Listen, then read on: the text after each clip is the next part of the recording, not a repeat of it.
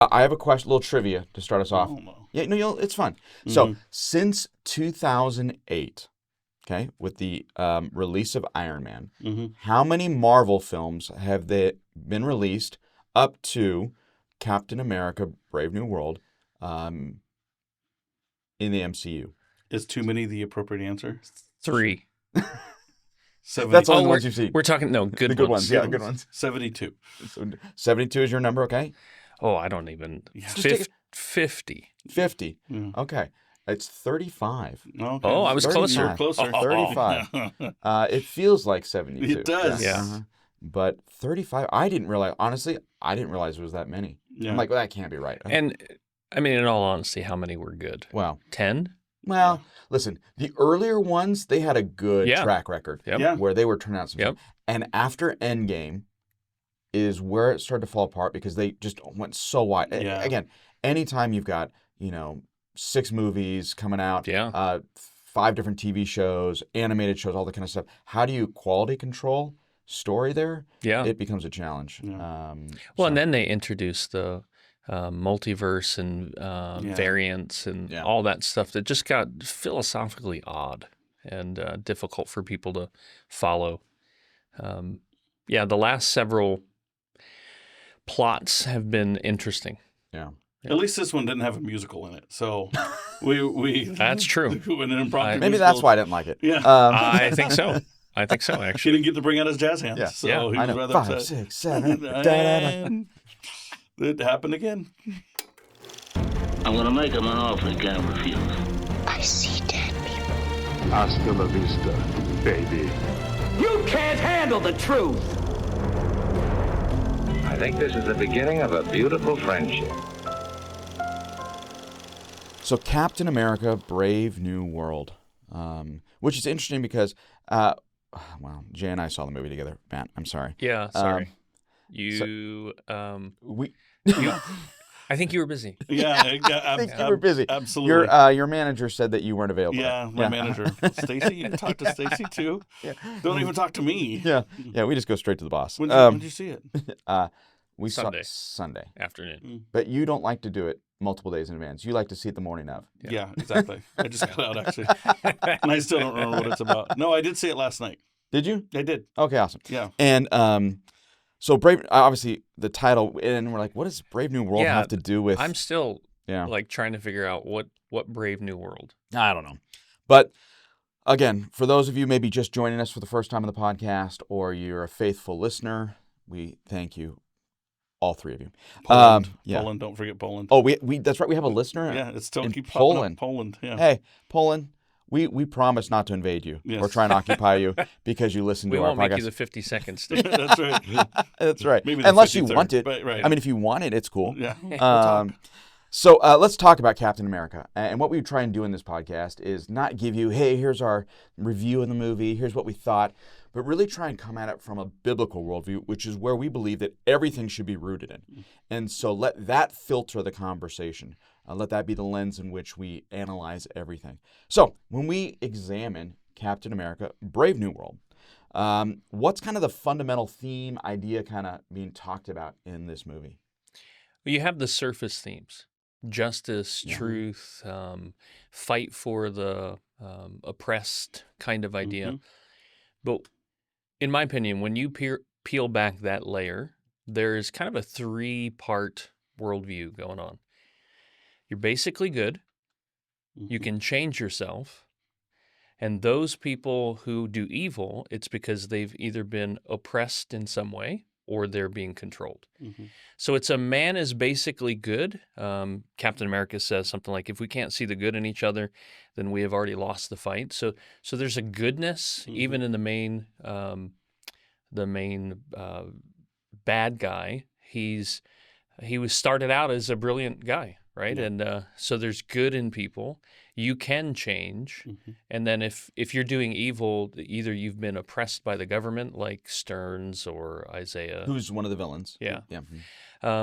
Or you've been controlled, like some of the whole plot line lends to mind control. And so you're not in your own self-control and being able to do all the evil things because you're basically just a good person. Yeah. That really is that three-part. You're a good person, you can change yourself, and ultimately if you do evil, it's because somebody has hurt you or they're controlling you. Yeah, that's Jay, do you mind just so we can stay on this topic real quick? Do you mind just for the listener who maybe doesn't understand what a kind of from a biblical view in regards to the separation of like goodness and evil, but also like just from a secular viewpoint? Okay, those who are not saved, again, people can still do good Yeah. things. Yeah. Maybe just give some kind of context for that. Yeah, so Jesus says, you who are evil will give good gifts to your kids. Like if your kid asks for bread, you're not going to give them a rock or a snake. So there's the issue though of spiritually good. So it all goes back to some deep theological things. So if we want a theological podcast, we can definitely do that, but not in 20 minutes. Right. And so Right. the challenge is total depravity is this biblical concept that every human being outside of the God-man, Jesus Christ, every person who's ever lived is impacted by sin. You have a sin nature and you have the guilt of Adam, right? All of that is a part of who you are. So you have no ability to please God in any way. Isaiah says your best, your good works are as filthy rags. Jeremiah says we unbelievers have a desperately sick heart.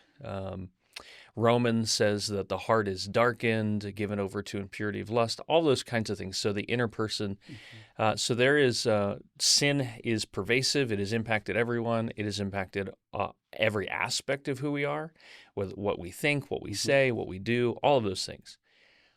The only way that we can move toward God in a right relationship, because Romans says there's none good, no one seeks God, no one is righteous, all have turned aside. The only way is for God to regenerate, to bring our dead hearts back to life, kind of idea. The new covenant, right? Jeremiah says the heart is desperately sick, so then therefore God has to create a new heart. The Spirit regenerates the inner person. So all of that to say, a biblical worldview of a person is that they have been impacted by sin to such an extent that they do not seek God. That doesn't mean they're as evil as they could ever be, the worst person that's ever lived in terms of committing all of the moral acts, immoral acts. It means that sin has impacted every single person so that we do not seek after God, we cannot do what is good, and we are in a state, a miserable, pitiable state that God needs to save us. And He takes that action, not us. So the secular worldview says, no. I'm basically good, which is totally at odds with the Bible. I'm basically good. And so if what I'm doing is evil, that's because it's external actions upon me and not the internal nature that that I have. So I'm a sinner by nature because I'm connected to Adam, who did the first sin, and I'm a sinner by choice because I choose to sin as well. And so the movie really sets it up for culpability is really the external situations. And so you have it within yourself to find the good in people, to help them with that good. That's what Captain America does. And then the whole, for me, the whole movie shifts on Ross, the Red Hulk character. And everybody's like, oh, he can't change. He'll never change. Even the bad guy is like, if I'm right, you're going to die. What he means by that is, if I'm right about his nature where he's not going to change and there's no good in him, then he's just going to kill you. And in the end, what we see is Captain America's ability to draw out the goodness that's in Ross. And when he finally accepts accountability, and that's what he says at the very end, right? He says something like, you have to accept full responsibility and accept your sentence, right? That's his redemption arc.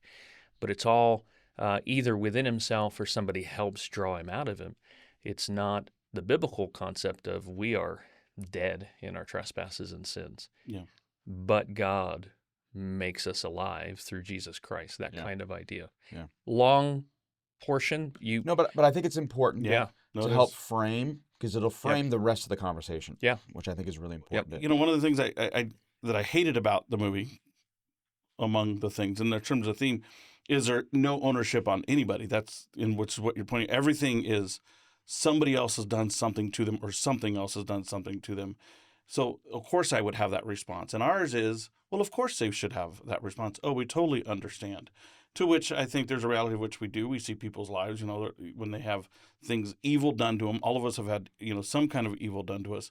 It will shape our perspective, right? But what's void is the truth of who God is, right? God is the God of justice, right? And when you leave that out, then it is all dependent on you and your actions or others' actions to solve that dilemma. And that's what you see all throughout this film. Yeah, on its surface level, this movie, deals with things like sacrifice, with courage, defense of the weak. But underneath all that is a subjective truth. Yep. And that compromises then the actual, like the worldview then gets shifted, right? And we know that there's absolute truth. It's not subjective. And so then it murkies up and it makes it ambiguous in regards to all those things in regards to that. And so when we talk about, what's viewed as good and all that kind of stuff within this, okay, go ahead. Yeah, I was just going to say that's most people's worldview, though. Yeah. They have a worldview that is contradictory when you really evaluate it. Sure. And they live in that contradiction. Yeah. A worldview that says there's really nothing material. All of this is a mirage, an image, and so the ultimate real is just spiritual. And yet, when they cross the street, what do? They look both ways, because they live in contradiction to their worldview. Same thing. I think this movie has inherent contradiction because they don't have a biblical base to articulate justice and to articulate what is right. And so it does become subjective and it's shifting. And so then the onus is on the person to prove their goodness. Yeah, I think if we were to probably go back and look at all the films we've looked at and reviewed, probably 99% of them have conflicting worldviews throughout them, right? I think we've talked about a lot of that. Like it's multiple worldviews and it kind of bounces around. Yeah, the only one I think that had a biblical worldview is Lost in the Code. Go figure. That's funny. What about The Descent? The Descent. That's yeah, right. so 2. That's right, 2. Yeah. 2 out of the 50 that we've done. That's funny. And a quick drop. What? Didn't you just release another one? Yes. So we have another film on Center for Thinking Biblically, which is on thinkbiblically.org. Yep. Right. Is Love by Design. So you can go check that film out. Yeah. And we're proud of that one. We showed it at the Think Biblically conference. He sang. It was a great concert. Let me tell you. was. I sang all the classics. He did. And Jazz Hands came out. Yeah, So. Jazz Hands. So if you want that, send me. I'll send you but you can go see that online. Yep. And we're excited for that. We're actually getting ready. We're 2 weeks out from shooting the sequel to The Descent. Yeah. So little plugs on that. Okay, so let's talk about Captain America. So typically in the comics and even in the previous films, he's been kind of this symbol of honor, sacrifice, duty. Does this film still kind of maintain the integrity of that idea, or does it redefine heroism? I think it pretty much maintains. I could be wrong, but I think it pretty much maintained who Captain America was. There was a little bit more of, I would say, vulnerability in this Captain America than you would say in the past. I would say that was the biggest difference I saw. Yeah. I think there's some similarities and then there's some differences. One of the underpinning things in the movie is he did not take the super-serum. And so his humanness really is coming out in his ability to become the superhero through his actions. But there's definitely, and I can't put my finger on exactly what it is, but you look at the old Captain America, you look at this Captain America, there just seems to be a difference with it. I was thinking about this. So going back to the Chris Evans Captain America, right, the Steve Rogers, in Captain America Civil War, they change his character. He goes and just recap on that one is he sees Bucky kill Mm-hmm. Tony Stark's parents in that car wreck, or his dad in the car wreck, or something like that, and then doesn't tell anybody.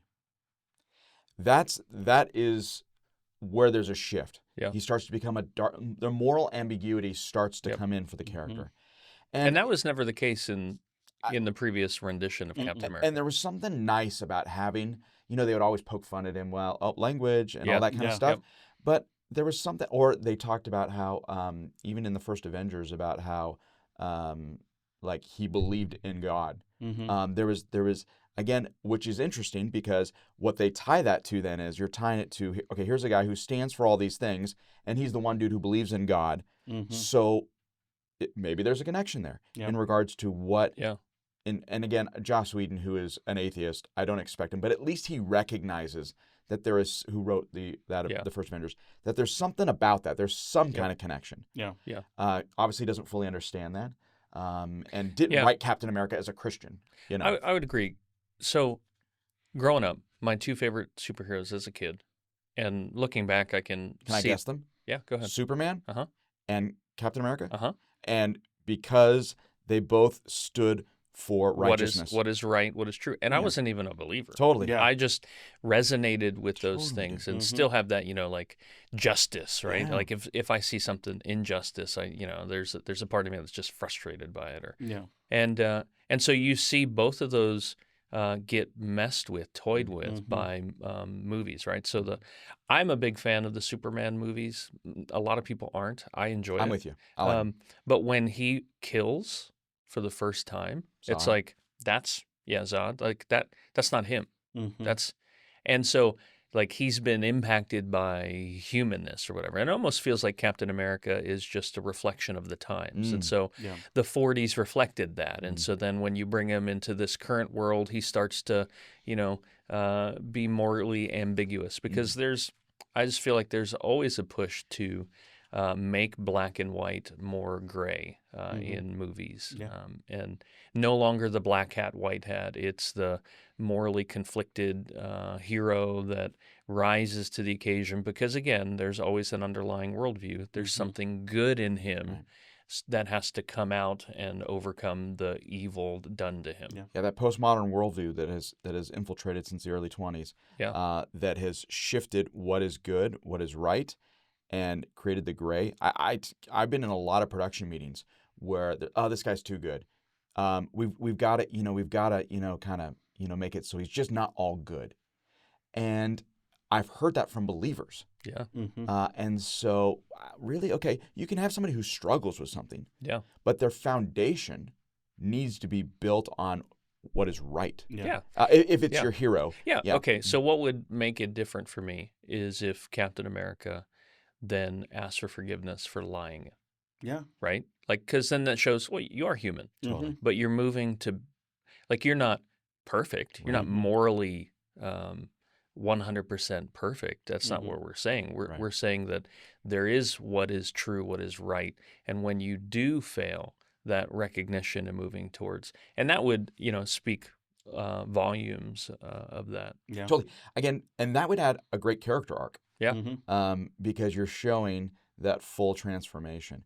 I think one of the things too that's important why we talk about this on this podcast is because again, when you come at these films from a biblical worldview, you can actually engage with a lot of different movies and it be okay because you're not being influenced. Yeah. You know how to filter. So then it actually becomes, almost kind of fun, almost like a game. Yeah. I'm going to figure out, what they're trying to say and analyze it. And here's where it, conflicts with a biblical worldview. Maybe here's where, on the rare occasion, maybe some kind of film honors not biblical necessarily truth, but elements of that. Yeah, Scripture calls us to beware of philosophy and empty deception. And the only way that you can beware of something is if you be aware of what it is, right? And so it's evaluating and looking at these movies through a biblical grid to say, okay, it could be entertaining. I thought this movie was mildly entertaining. And It wasn't so as bad as I thought it was going to be. Yeah, I agree. And so you enjoy it, but yet at the same time you think through what are they communicating, and what is biblical truth, and I think that helps you navigate the world around you. And when you start I mean, think about it. When you start evaluating movies based on their worldview, that means you're probably doing it in a lot of other areas as well. Yeah. Thank you for listening to Reel Profs, a production of the Center for Thinking Biblically. To support this ministry, please visit thinkbiblically.org/donate. To learn more about the Masters University on-campus and online undergraduate and graduate programs, visit masters.edu.